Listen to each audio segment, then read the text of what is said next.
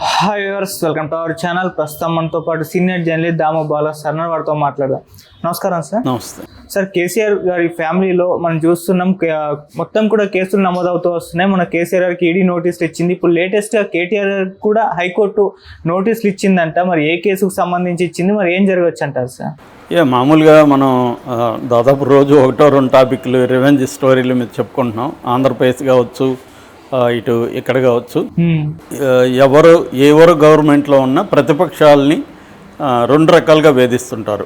ఒకటేమో లీగల్గా కేసులు పెట్టి వాళ్ళు గతంలో చేసిన విధాన నిర్ణయాలు కావచ్చు, పథకాలు కావచ్చు, వాటిలో అక్రమాలు అవినీతులు జరిగిందని చెప్పి వీళ్ళు కేసులు పెడుతుంటారు. మళ్ళీ ఈ కేసులు ఏమన్నా లాజికల్ ఎండ్కి వెళ్ళి నిజంగా శిక్షలు పడతాయంటే ఏమి జరగదు, పడవు. కానీ వీళ్ళని వేధించడానికి కోసం, కంట్రోల్లో పెట్టుకోవడం కోసం, అట్లాగే ప్రజల్లో లెజిటిమసీ అంటారు. ఎప్పుడైనా ఒక పొలిటికల్ పార్టీకి ఒక లెజిటిమసీ కొన్ని విషయాల్లో ఉంటుంది. ఆ లెజిటిమసీని బ్రేక్ చేయాలి. అంటే ఇప్పుడు ఫర్ ఎగ్జాంపుల్ కేసీఆర్ కొన్ని సంక్షేమ కార్యక్రమాలు, కొన్ని అభివృద్ధి కార్యక్రమాలు ఇక్కడ తెలంగాణలో చేశాడు. ఆయనకి తెలంగాణని అభివృద్ధి చేశాడు, సంక్షేమం కూడా చేశాడు, అయినా అహంకారం అన్న ట్యాగ్ క్రియేట్ అయింది. సో ఇప్పుడు రేవంత్ రెడ్డి వచ్చి ఈయన అభివృద్ధి చేయలేదు, అభివృద్ధి పేరుతో అవినీతి చేశాడు, సంక్షేమం చేయలేదు, సంక్షేమం పేరుతో అవినీతి చేశాడు. అంటే ఈ రెండు విషయాల్లో ఉండే లెజిటిమసీని దెబ్బతీయడం అనేది రేవంత్ రెడ్డి కర్తవ్యం ప్రధానంగా. దీనివల్ల వాళ్ళని కంట్రోల్ చేయడం ఒకటి, ప్రజల్లో లెజిటిమసీని దెబ్బతీయడం. ఈ రెండు ప్రతి పొలిటికల్ పార్టీ దాని శక్తి మేరకు చేస్తారు. చేయని పొలిటికల్ పార్టీ ఏదీ లేదు. అంటే ఫిలాసఫికల్గా ఏ పొలిటికల్ పార్టీకి కూడా దీని పట్ల చేయకూడదు అనేది ఏం లేదు. వాళ్ళ వల్ల ఎంత అవుతుందో అంత చేస్తారు. ప్రతి ఒక్కరూ ఇదే చేస్తున్నారు.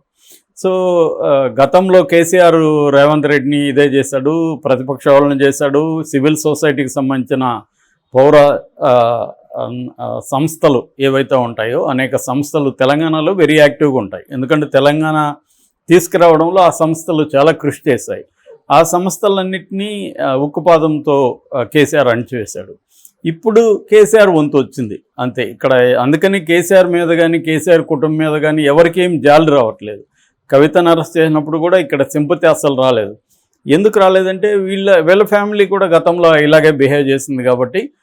కవిత ఢిల్లీలో స్కామ్ చేసిందా లేదా ఎవరికి తెలియదు, కానీ చేసిందని ప్రజలు నమ్ముతున్నారు. సో ఆ లెజిటిమసీని దెబ్బ కొట్టడంలో బీజేపీ సక్సెస్ అయింది, ఇక్కడ రేవంత్ రెడ్డి కూడా సక్సెస్ అయ్యాడు. సో ఈ క్రమంలో ఇంకా కూడా అనేక కేసుల్ని ఎదుర్కొంటారు. వాళ్ళకి కూడా తెలుసు మనం ఎదుర్కోవాలని, వాళ్ళు కూడా ప్రిపేర్ అవుతారు. వాళ్ళ లీగల్ టీమ్స్ ఈ మధ్యన 10 కోట్లు కేటాయించాడు కేసీఆర్ లీగల్ టీంకి తెలంగాణలో. ఎందుకంటే కేసులు పెడతారు కాబట్టి మీరు ఫీజులు తీసుకొని మా తరపున పనిచేయండి అని. సో ఇలాగా ఇది జరుగుతూనే ఉంటుంది. అయితే ఇప్పుడు అంటే మనకి ఇంకా వేగంగా కదలట్లేదు, మెల్లమెల్లగా స్లోగా నోటీసులు రావడం అది జరుగుతుంది. కేసీఆర్కు ఉండే ప్రాబ్లం ఏంటంటే, కేసీఆర్ మనం పక్క రాష్ట్రం జగన్తో కంపేర్ చేస్తే, జగన్ ఏమో కనీసం 4 ఎంపీ సీట్లు ఉన్నాయి, అక్కడ రాజ్యసభలో 11 ఉన్నాయి కాబట్టి కొద్దిగా బార్గెనింగ్ పవర్ జగన్కు ఉంది ఇక్కడ మోడీ దగ్గర. అట్లాగే ఇక్కడ కూడా 40% ఓట్లు వచ్చాయి.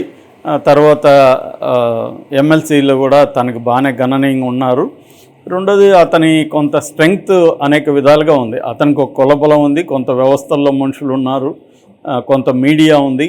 జగన్కి అవన్నీ ఉన్నాయి కాబట్టి అతను పోరాడగలుగుతారు. రెండోది ఏజ్ రీత్యా కూడా అతను కంపారేటివ్లీ కేసీఆర్తో పోతే యంగ్.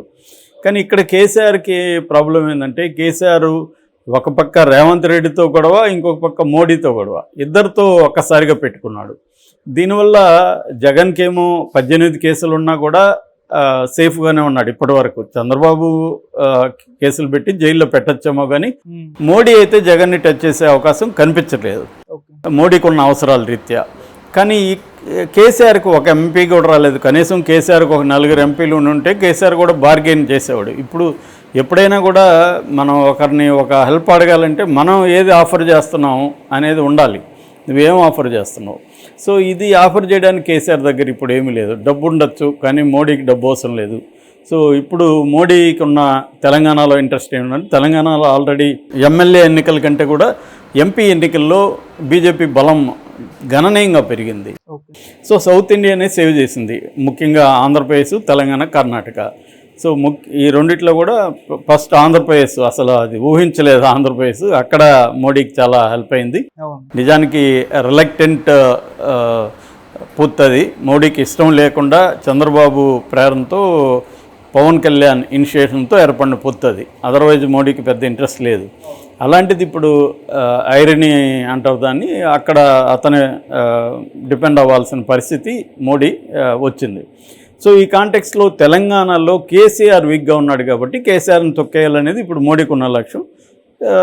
అదే లక్ష్యమే ఇక్కడ రేవంత్ రెడ్డికి కానీ కాంగ్రెస్ ప్రభుత్వానికి కానీ ఉంది. సో కాబట్టి ఇప్పుడు కాంగ్రెస్ ప్రభుత్వం ఇక్కడ కేసీఆర్ని రకరకాల కేసులు ఆల్రెడీ పెట్టింది. దీంతోపాటు ఇప్పుడు ఈడీ కూడా మెంటల్గా ఎంటర్ అయింది. గొర్రెల స్కామ్లో ఈడీ ఎంటర్ అయింది, మనీ లాండరింగ్ జరిగిందని చెప్పి. సో ఈడీ ఆల్రెడీ నోటీసులు ఇచ్చిందని చెప్తున్నారు. రఘునందన్ రావు మొన్న మీటింగ్లో చెప్పాడు, బీజేపీ. సో ఇప్పుడు ఈడీ కూడా ఎంటర్ అయితే ఖచ్చితంగా కేసీఆర్కి అది ఎప్పుడు వేలాడే కత్తి అతని మీద పడుతుందని ఎవరికి తెలియదు. కాబట్టి అదొక ప్రాబ్లం. అయితే ఇప్పుడు మనం చెప్పుకునే కేటీఆర్ మీద కేసు దీనికి భిన్నమైనది. కేటీఆర్ మీద కేసు ఇటు బీజేపీకి సంబంధం లేదు, ఇటు రేవంత్ రెడ్డికి సంబంధం లేదు. ఇదేంటంటే ఎలక్షన్లో కేటీఆర్ తప్పుడు అఫిడవిట్ పెట్టాడని చెప్పి కాంగ్రెస్ నుంచి కేసీఆర్ తరఫున అక్కడ సిరిసిల్ల నుంచి పోటీ చేసిన అతను మహేందర్ రెడ్డి, తర్వాత లగిశెట్టి శ్రీనివాస్, వీళ్ళిద్దరూ కలిసి హైకోర్టులో పిటిషన్ వేశారు. మామూలుగా ఏంటంటే అఫిడవిట్లో తప్పులుగా అని చెప్తే మనకి ప్రజా ప్రాతినిధ్య చట్టం సెక్షన్ 123 ప్రకారం అది పనిషబుల్ అన్నమాట. సో ఇప్పుడు ఏం చెప్పాడు, అబద్ధాలు ఏం చెప్పాడు అంటే తనకి డిపెండెంట్స్ ఇద్దరని చూపించాడు, తన భార్య, మైనర్ కూతురు, కొడుకుని చూపించలేదు. కొడుకు మేజర్, లాస్ట్ ఇయర్ జూలైకి మేజర్ అయ్యాడు వాళ్ళ అబ్బాయి హిమాన్సు. సో కానీ అక్కడ హిమాన్స్ పేరుతో కొన్ని ఆస్తులు కొన్నట్టుగా ఉన్నాయి. ఆస్తులు ఏంటంటే సిద్దిపేటలో మర్కూట్ మండలంలో వెంకటాపూర్లో 4 ఎకరాలు ల్యాండు, ఎర్రబల్లిలో 32.15 ఎకరాలు ల్యాండు కొన్నాడు. వీటి కోసం 4 ఎకరాలకి 10,50,000, ఈ 32 ఎకరాలకి 88,15,000 డబ్బులు ఇచ్చాడు.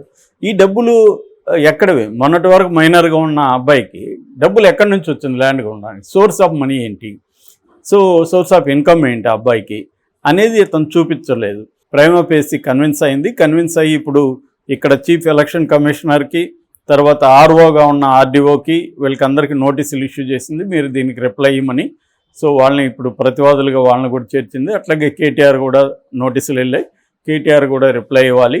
సో ఇది కానీ కన్విన్స్ చేయలేకపోతే కేటీఆర్ ఖచ్చితంగా హైకోర్టు నుంచి ఇబ్బందులు ఎదుర్కొనే అవకాశం ఉంది. ఎందుకంటే ఇతను ఎన్నిక చెల్లదని చెప్పే అవకాశం కూడా ఉంది. అట్లా గతంలో కూడా తీర్పులు ఉన్నాయి. వీళ్ళు కూడా హైకోర్టు, సుప్రీంకోర్టు తీర్పుల్ని కొన్ని కోర్టు చేశారు కూడా.